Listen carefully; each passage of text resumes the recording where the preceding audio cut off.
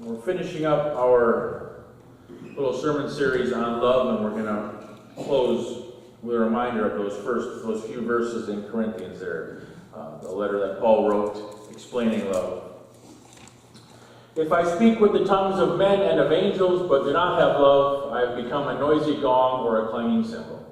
And if I have the gift of prophecy and know all mysteries and all knowledge, and if I have all faith, so as to move mountains, but do not have love, I am nothing.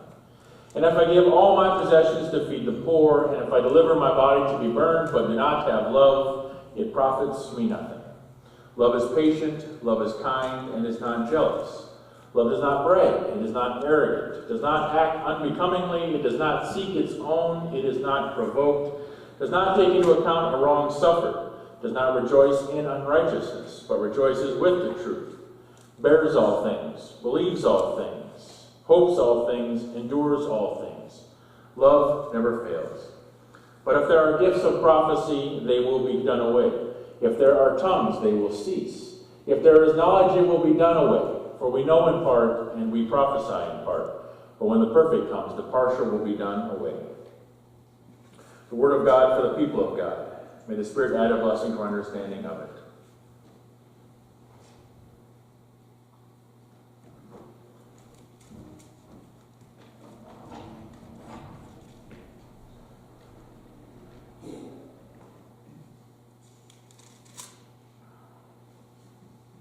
I have to say,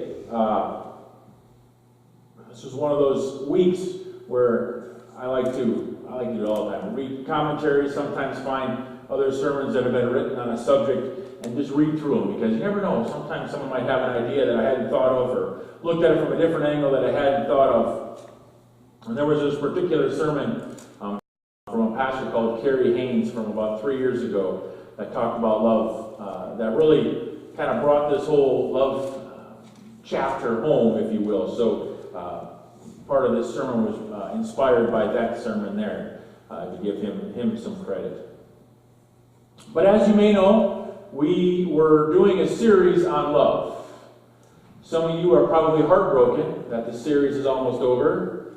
Some of you are thinking, thank goodness, it's time for the series to be over. And probably most of you are thinking, we were doing a series on love. So a quick refresher. We're taking a closer look at chapter 13 of Corinthians. It's known as the love chapter. It's where we discovered that all we need is love. Office fans out there? Dwight in there? Maybe all we don't need is love. Maybe what we need is that there's love in the air.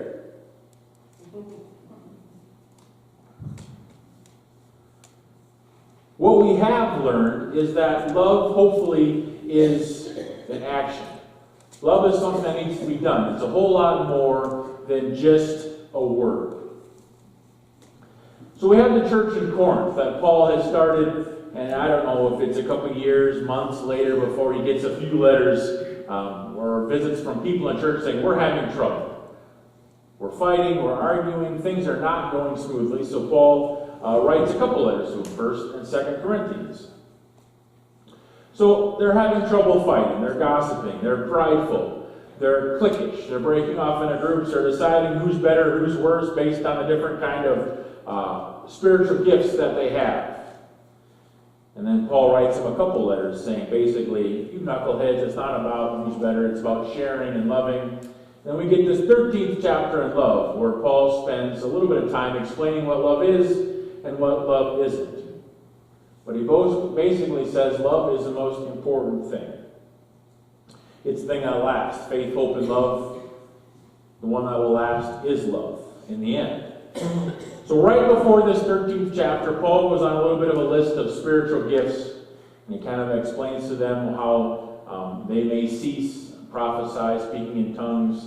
And he's saying, let me show you a more excellent way. Then he gives us this nice chapter on love, which we hear at weddings all the time. And I had never thought of it before. In all the weddings that I have done, and the numerous times that I've read the 13th chapter, that it's really about people that don't get along, learning how to get along. If that's not marriage, I'm not sure what is. I always get along with Tracy, and I'm easy to get along with, I'm sure. But love is about learning to deal with people that are different than you. Learning to deal with people where you don't always agree. And the more I think about it, and when this comes up again in a wedding, it may be the perfect example of what love is where it isn't two people in happy marital bliss all the time. It's learning how to work around the edges and understanding that you're not first. So that's kind of what Paul is telling them, is that, listen, you can do all these wonderful, fancy things, speak in tongues, give prophecies that come true, have faith that'll move a mountain. If you don't do it in love, it's not worth diddly squat. And so we get this great chapter on love, where Paul continues about saying how important it is. It's more important than any spiritual gift.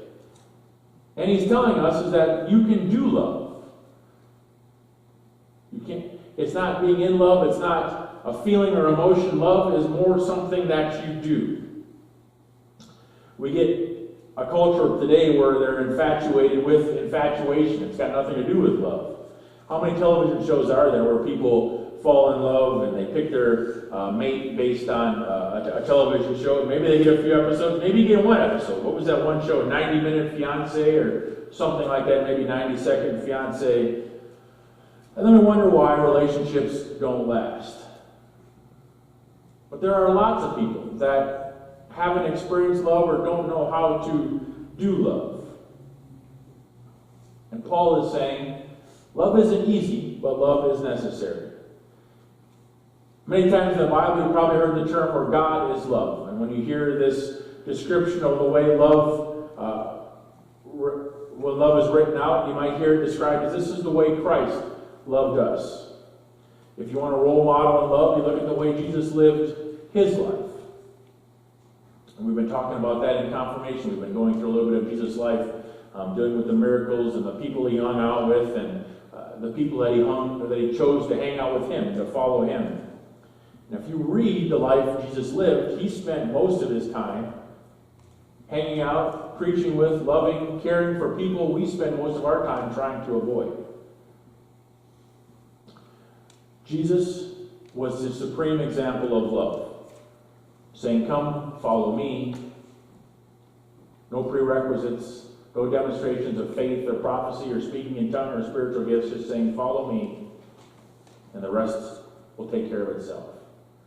Not something we always do a great job with as a church, with a capital C. The church hasn't always been great saying, "Follow me, we'll love, and then we'll figure it out as we go."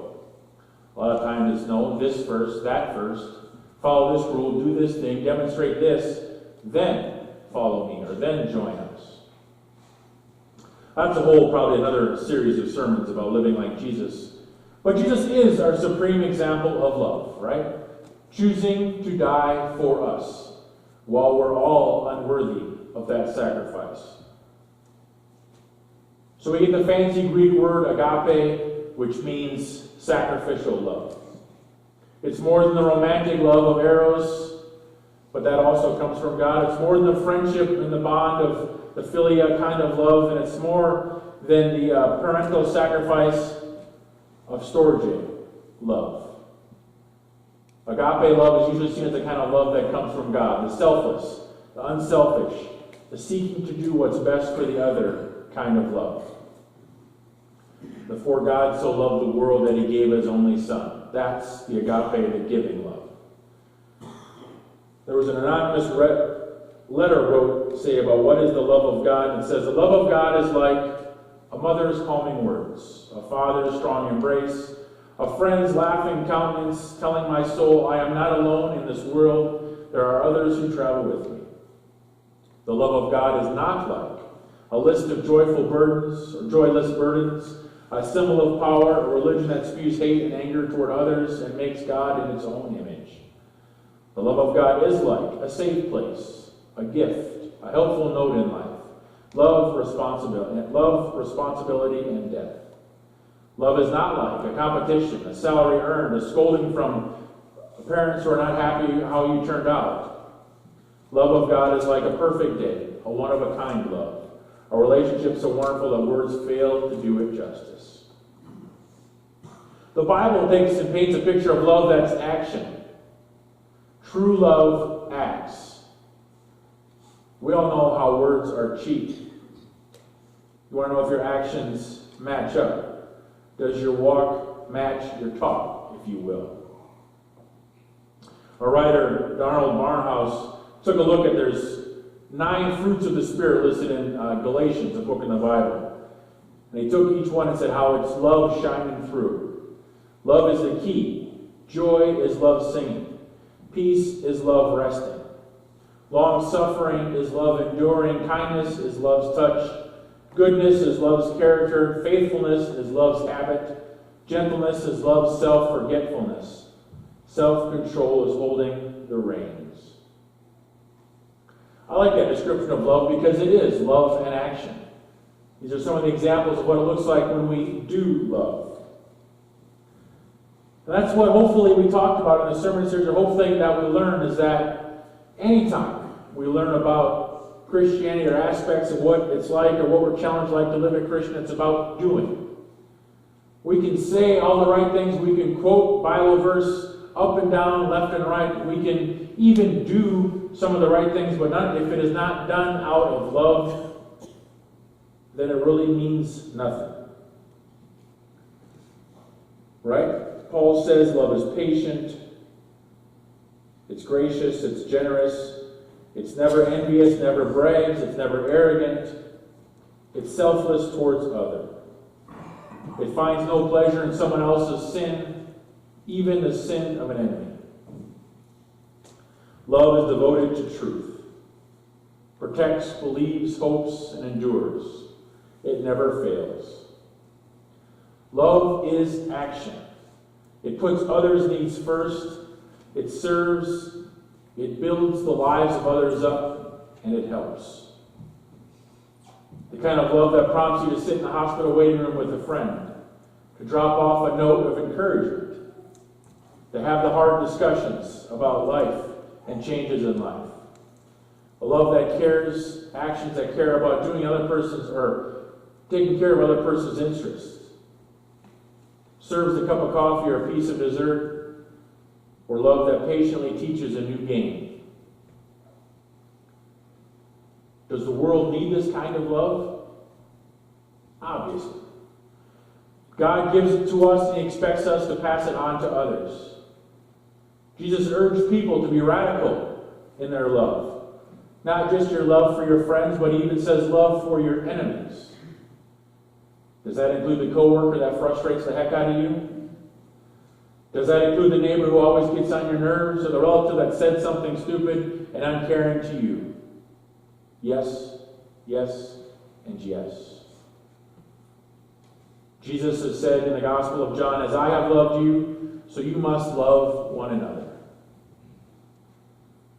Jesus got John's attention so much that later John wrote another letter, telling them no less than 5 times, you must love one another. It's almost like John knew, or Jesus knew, how hard it would be for us to do that. How easy it is to forget that sometimes our first action needs to be, what do you need? Not what do I need? Obviously, I've heard these sermons, I've sat where you sat, and I thought, oh, that's great, Pastor. Love, love, love, and everything will be fantastic. Of course, there are situations where you don't continually love, you don't continually endure all things. It doesn't say love is naive, or love is gullible, or love likes to be taken advantage of. But like so many other things, when Jesus talks to us, when He gives us an example, when He knows that it's hard for us to love. So He gives us the perfect example and says, here, work towards this. And He knows that we so many times land on the other side of the equation where it's not about love. It's about me first. And then if I get my own taken care of first, then if I have anything left over, and if I kind of like you or I see some benefit, possibly in the future for myself, then maybe I'll love you. God knows that that selfless love is hard for me. He knows that that selfless love is hard for us. We always like to weigh the cost first. What's the benefit? What's in it for me at the end? Will you take advantage of what I give you? Are you worthy of what I'm going to do for you? All questions that I've asked before I've done something for someone, volunteered to help, given of my time or given of my money? I'm sure it's questions you've all asked too. Like I said in a previous sermon, think if Jesus said that in the Garden of Gethsemane. What are they going to do with my love? Are they going to abuse it? Are they worthy of this sacrifice? I think he would have said, the heck with this, I'm done. But he didn't. He said, you are worthy, I do love you, and I'm going to show you exactly how much I care for you and love you. So he died for us. That is the ideal we live up to. That is where we choose to live. To say, I too want to be that selfless in my love and in my helping of others. It's not for me to measure the worthiness. It's not for me to measure if it's going to be used correctly. It's not for me to worry about if it's going to be wasted or even if they're worthy. I'm called to love. Let Jesus worry about the end. I think we talked about in confirmation the disciples that Jesus called common fishermen, sinners, tax collectors. He didn't walk into church and say, you, and you, with all these spiritual gifts are following me. He said, nope, I want the common, I want the sinner, I want those that are going to love and follow me to do that. There's a quote by a named Ogden Nash who says, and it's about marriage, but I think it's about relationships. If you want your marriage to sizzle, or you could say if you want any relationship to sizzle with love in a loving cup, he says, whenever you're wrong, admit it. Whenever you're right, shut up. I think that's right in our relationships. The antidote to almost anything is love. A love that acts and a love that serves, a love that builds up the other. Paul introduced this whole chapter by saying, let me show you a more excellent way. And he has. And he's challenged each of us to live that same way. So where in our lives can we show more love? Where can we be a better example of Christ to those around us? Each of us has a spot where we struggle. God is challenging us to love. Everyone a present, beautiful, shiny and new. Everyone but you. Golden ribbons, diamonds, line everyone's path that leads to wide open doors. Everyone's but yours. Wide open doors. Hold on, keep on, even when the road seems very long.